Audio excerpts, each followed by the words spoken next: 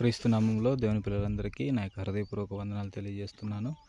పిల్లల మందిర నిర్మాణము 3వ రోజు పనులు జరుగుతూ ఉన్నాయి. చూడండి,